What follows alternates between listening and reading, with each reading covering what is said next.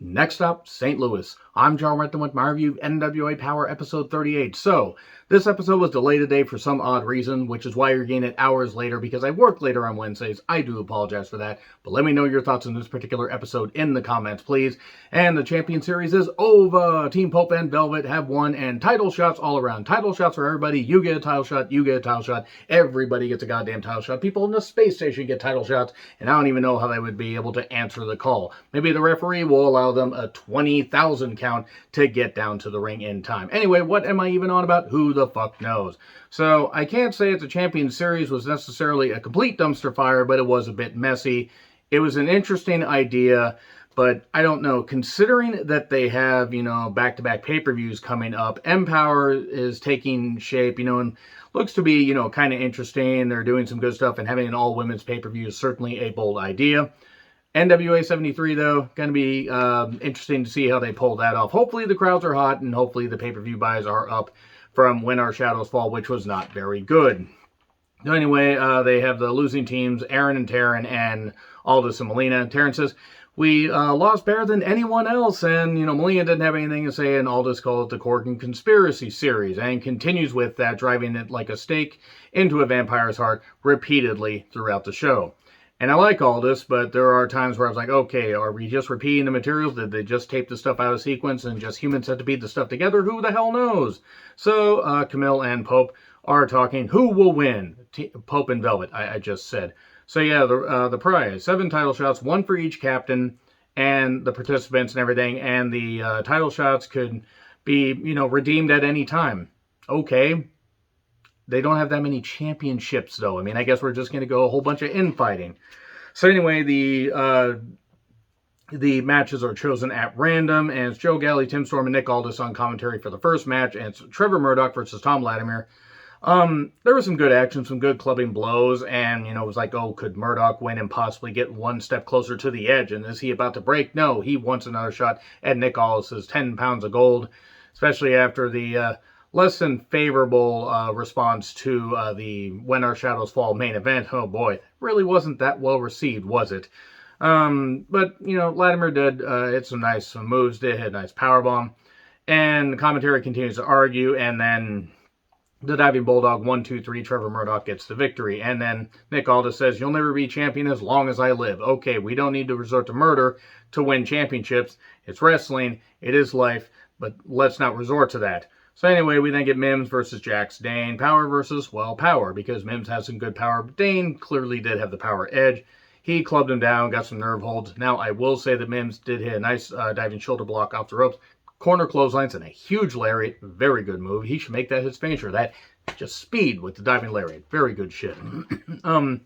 And then Dane hit a belly to belly, and then we get a post spot and the most devastating maneuver in all of professional wrestling. Surprise, roll up 1, 2, 3. Mims wins, and now they're tied going into the final match. We have one more match because we must pad out this show. Aldis and Adonis cut promos. Aldis says, it goes on about the Corgan Conspiracy Series and stuff like that, and how his team would have been great if he had been allowed to just have strictly business as a team, but nope, everybody had to be divided. They knocked Jeremiah Plunkett, who was the alternate, didn't really factor into much of this, and, Adonis knocks him we were right at the same time. What have you done? Then Jeremiah shows up, and he wasn't a bullfrog. He's Plunkett. I just said that. He says, you two are the most successful guys in the NWA, and you're still miserable. Why would you be miserable? Hey, Aldis, I know your old roommate, and he wants to tag team with me. Who is it? It's Sean Davari, who apparently has been living in every single gym in existence because, my God, the man is in incredible shape. Not that he wasn't in great shape before, but holy fucking shit. So Davari says, I've never had a world title shot, and says, if we win, you owe me a future title shot. And he's like, oh, come on, Sean. He's like, don't be a little bitch about it. You're the dealer if you're so confident. So they have a tag match. That was fine. There were some heavy chops and some good tag work. And, then Davari and Adonis are out on the floor. And then Davari gets locked in. I can't really do the master lock all that well. He gets that locked on. And then the Cloverleaf gets locked on Plunkett. And he taps out. So no future title shot for you. And then we get Colby Carino versus Sal Rinauro. And it's Colby representing Pope and Velvet. And Sal representing Camille and Idol. It seems like those almost should have been swapped. But anyway, Sal was much more focused. He had taped up shoulder, fists of fury all over the goddamn place. Sal got knocked outside, answered the 10 count barely. And then Colby focused on his arm forever, forever and a day, and forever, forever and a day plus infinity. But it makes sense because you target a body part. And then Sal does come back, did get a nice brain buster for 2. Then we get a chair distraction because we have to just have more distractions. And then a loaded punch, oh no, the knucks to the face. And then he got, the crucifix bomb variation, 1, 2, 3. Pope and Velvet win. Pope will no doubt challenge for the, the 10 pounds of gold. I don't know why he would want to go back and face Tyrus, because even though Tyrus has no business being, well, in wrestling, but especially a champion in wrestling, he should go after the 10 pounds of gold. Maybe have Pope win it and end the 1,000, days of Aldis being champion. As much as I like Aldis, I really don't think he needs to be champion any longer, and Velvet can come out of retirement and bore the tits off of everybody. Okay, I'm going to be honest, guys. Now, I really hope that some of you are watching this to the end. I'm going to see what happens with these pay-per-views. I'm going to see how the views have been, because I got to be perfectly honest. It's been a lot of fun reviewing the NWA, and I've enjoyed reviewing Powerrr, and then I reviewed the pay-per-views. It was Into the Fire and Hard Times, and those did pretty well. And then they hit a wall when they had the pandemic, and then Primetime Live had some good views and some good matches, and those tapered off.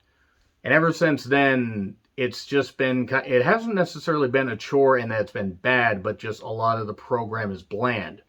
I also am debating cutting down shows in the NWA, maybe on the chopping block, because there's some interest, but the pandemic really halted a lot of their momentum. So much of their talent left, and now they're basically relying on some people that are good and some scraps. Now, if the pay-per-views give me a reason to continue to review it, I will. But if not, don't be surprised if you see less Powerrr reviews, because if the product just isn't all that interesting, if I'm not enjoying it all that much, why review it? I wish the NWA nothing but the best, but we will have to see. But if you don't see reviews for Powerrr, after the pay-per-views, then you know what happened. Anyway, agree, disagree, what I said, like, share, subscribe, Twitter handle in the description. I'm John Retlin. I'll see you soon.